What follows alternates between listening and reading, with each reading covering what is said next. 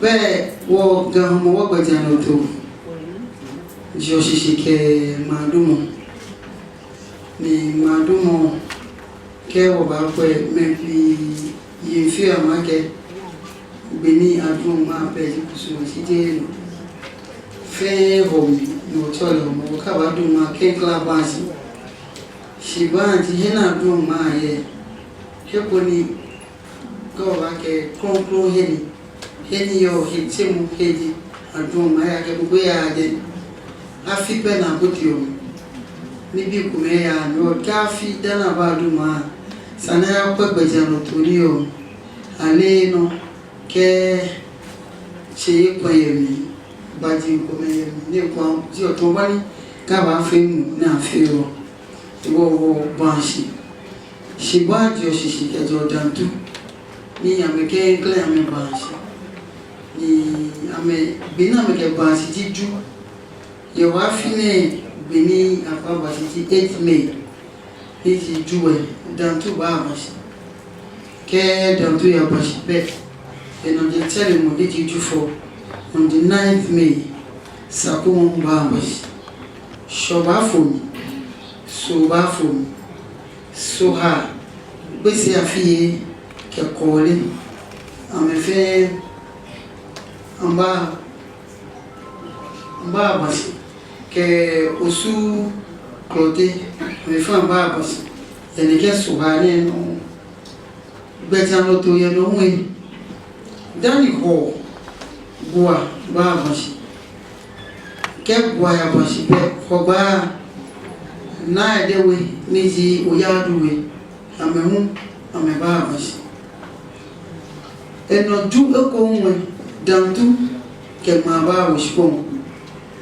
ne ke juna ke ma woshipon ne no jiopo ke dio femushi ke abashi anya afi ono fe no si yara pe na fe ka abashi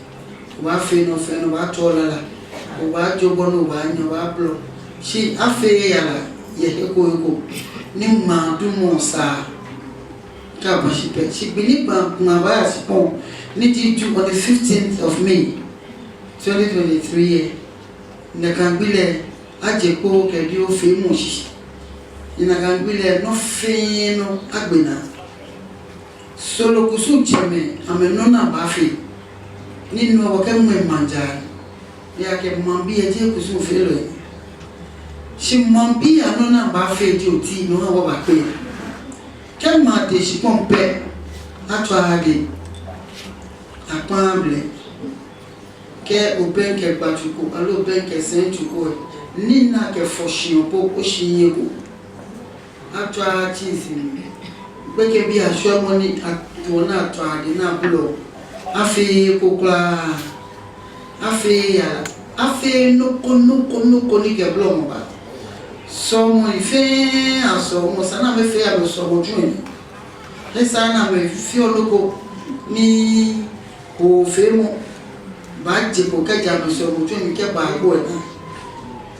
e wo agbo no fe no ni akefi obo alo no fe ni wa ho fe mo agbo fe wo nyeme ni am operator restaurants ke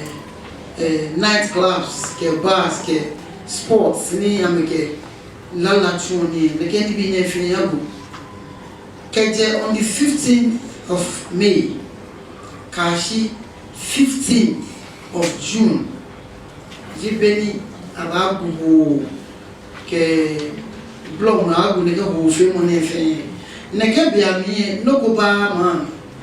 ake katie emo ba ma